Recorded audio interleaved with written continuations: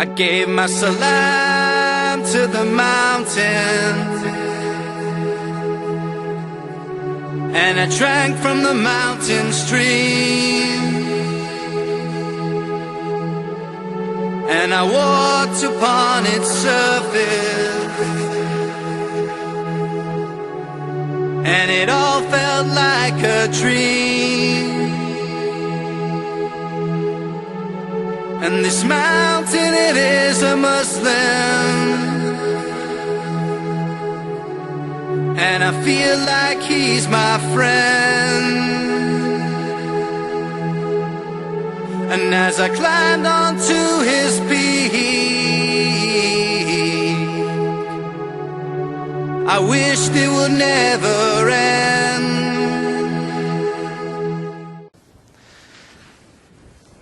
اعوذ بالله من الشیطان الرجیم. بسم الله الرحمن الرحیم. الحمد لله رب العالمین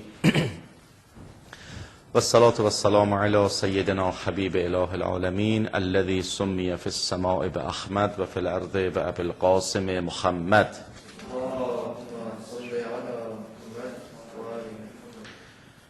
و علی آله الطیبین الطاهرین الهداة المهدیین.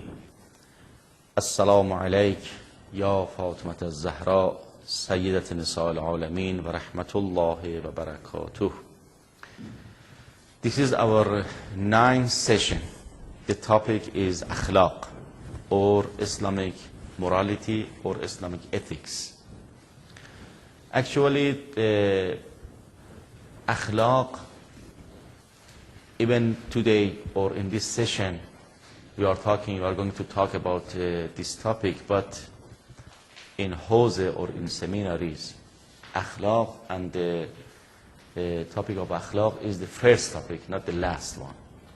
Because as soon as a person enters the Hawza, they have to get some courses in akhlaq. And akhlaq is very important. The very first day of Hawza, there are some sessions, there are some classes in akhlaq.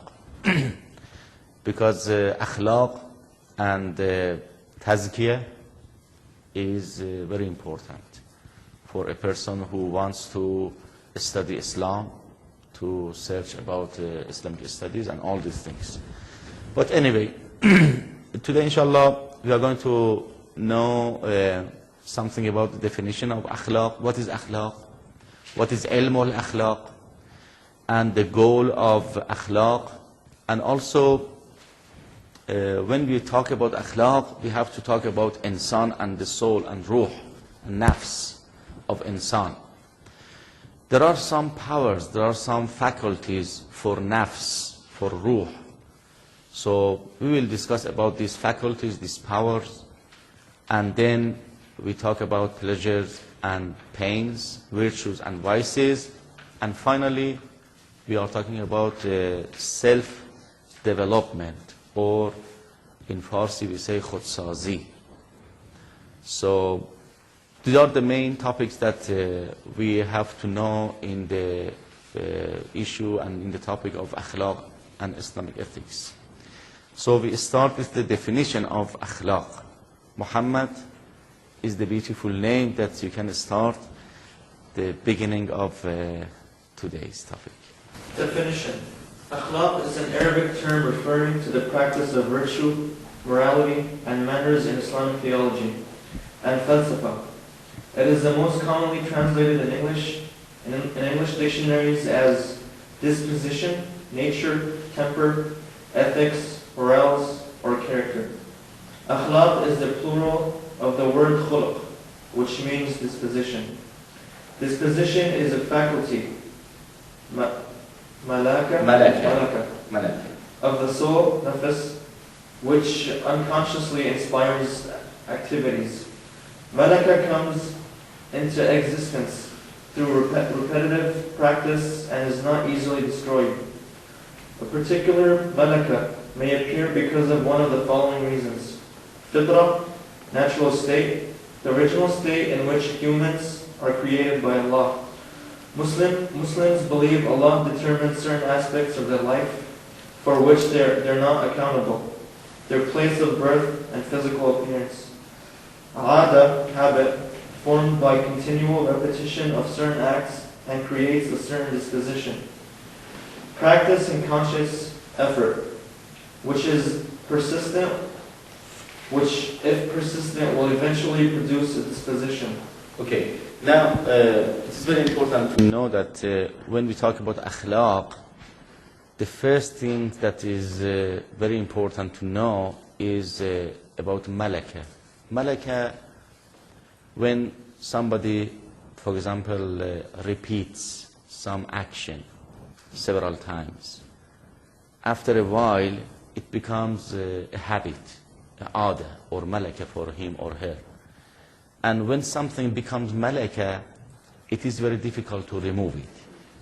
So in akhlaq they say, if you want to have good habits, you have to repeat it several times, and finally you will receive that malaka and that virtue. And also it is true for vice, for bad habits. So we have good habits, good virtues, and bad habits or vices. So the basis of akhlaq is malaka. The basis of akhlaq is habits, ada. And also fitra. Fitra is human nature, is the basis of human being. So we believe that nature and fitra is very important for human being. Actually, there are two opinions in this case. Some psychologists believe that there is no role for fitra, for nature. Whatever comes to human being comes through tarbiyah or training. But other part or other opinion is that no, nature is very important. In Islam, we have both. We say nature plus repetition and tarbiyah. So in akhlaq, we talk about these two things.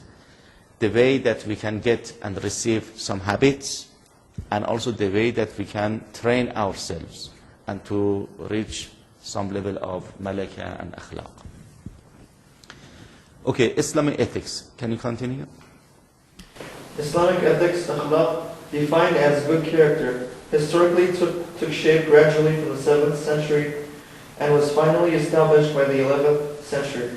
It was eventually shaped as a successful combination of the Quranic teachings, the teaching of the Sunnah of the Holy Prophet, peace be upon him, and Ahlul Bayt alayhim salam, the precedents of Islamic jurists, the pre-Islamic Arabian tradition, and non-Arabic elements, including Persian and Greek ideas, embedded in or integrated with the generally Islamic structure.